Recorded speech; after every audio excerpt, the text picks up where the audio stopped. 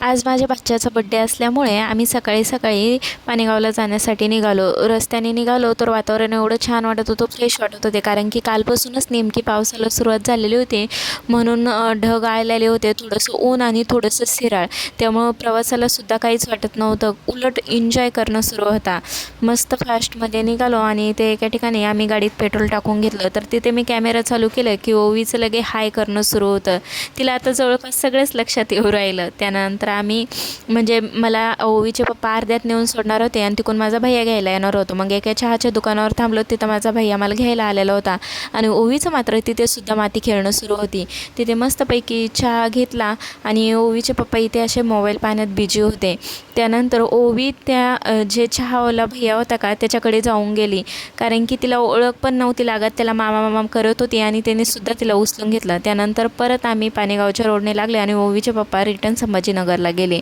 तर हिचं सारखं मात्र पानेगावला चाल आणि रस्त्याने अजूनसुद्धा शेतामध्ये असं म्हणजे जास्त काही दिसत नाही, कारण की आता नेमकाच पाऊस पडू राहिला. तर लोक आता सरक्या लावायला लागले. आणि हा दगड तुम्ही ह्या अगोदरच्या सुद्धा व्हिडिओमध्ये बघितलेला असेल माझ्या. हा हे रोहिलागडच्या रोडने आणि रस्त्याने आता भरपूर दिवसानंतर मी असं मेहंदी पालन बघितलेलं होतं, कारण की लहानपणी यायचे आमच्या शेतात बसायला आणि तेव्हापासून काही एवढं बघण्यात आलं नाही. तर रस्त्याने 2-3 कळप आम्हाला ते जाताना दिसले आणि ते आम्ही आंबडमध्ये येऊन थांबलो. तिथे माझी भासा आणि माझी भाऊजाई थांबेल होती आणि त्याला बघा किती आनंद झाला ओवी बघितल्यानंतर. आणि ओवी गेल्याबरोबर बाबाकडे गेली आणि याचं मात्र चाललं होतं मला घ्या, तिला का बरं घेतलं म्हणून ते तसं करत होतं. त्यानंतर त्याचा बड्डे होता, म्हटलं चला त्याला ड्रेस घेऊ म्हणून इथे आम्ही एका ड्रेसच्या दुकानामध्ये आलो. आणि हा अगोदरच बोर झालेला होता म्हणून त्याला कडावर घेतला आणि ओईलसुद्धा मी इथं उचलून घेते. त्याला तिथे मस्त असं कपडे बघितले आणि सिलेक्ट केले. त्यानंतर वडापाव खायला थांबलो. आम्ही वडापाव खात होतो तोपर्यंत इथं लेकरांचा असा काहीसा धिंगाणा सुरू होता आणि ओवील तिथे गाणे ऐकू आले. तिने मात्र तिथंच नाचणं सुरू केलं आणि उड्या मारणं सुरू केलं. त्यानंतर एक पार्सल घ्यायचं होतं त्याच्या बड्डेसाठी म्हणून आम्ही तिथे थांबलो. तर ओवी ही अशी आमच्या मागं पळत येत होती. तिथून पार्सल वगैरे घेतलं आणि आम्ही परत निघालो घराच्या रस्त्याने. आणि घरी जाता म्हणजे आमच्या गावाकडे जाता हे मंदिर आम्हाला रस्त्यात लागतं, जे की महादेवाचं मंदिर आहे आणि खूप फेमस आहे.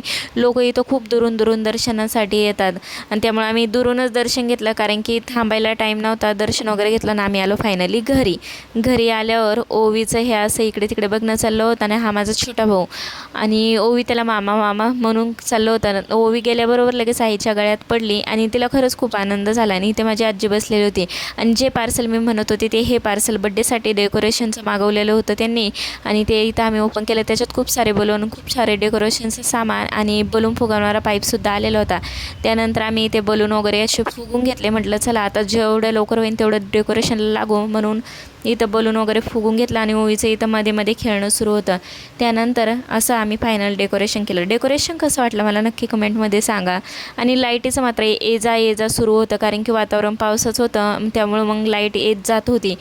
त्यानंतर संध्याकाळी भरपूर सारे पाहुणे वगैरे बड्डेला आलेले होते. बड्डे इथे त्याला ओवाळून वगैरे घेतलं आणि त्यानंतर ओवीचं इथे मध्ये करणं चालूच होतं. ती इकडे तिकडे पळत होती, बिस्किटं गोळा करत होती. त्यानंतर इथे कटिंग करायला घेतला आणि याचं चाललं होतं. कोणी त्याला म्हणत होते इकडे बघ तिकडे बघ. तो बावसळल्यासारखा झाला होता आणि लेकराचा पहिला बड्डे म्हटल्यावर लेकरं आरबळतातच, त्यामुळं त्याचं खेळणं आणि मधातच रडणं सुरू होतं. आणि माझं मात्र इथे घामाने पूर्ण बेहाल झालेली होती. त्यानंतर केक कट वगैरे केला आणि ओवीचं इथं असा ड्रेस घेऊन खेळणं चालू होतं. तिचं मात्र सगळं लक्ष केककडे होतं. त्यानंतर इथं बड्डे सेलिब्रेट केला आणि नंतर आम्ही इथं छान फोटो काढले. तुम्हाला हा व्लॉग कसा वाटला मला नक्की कमेंटमध्ये सांगा. बाय.